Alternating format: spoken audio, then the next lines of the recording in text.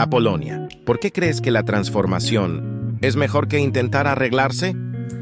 Bueno, la idea de arreglarnos viene de creer en que estamos rotas, de pensar que hay algo malo en nosotras.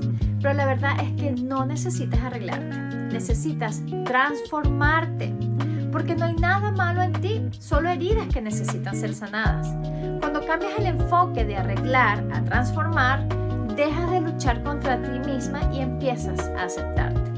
Y esa aceptación es la que abre la puerta a un crecimiento real, a una vida más plena y auténtica.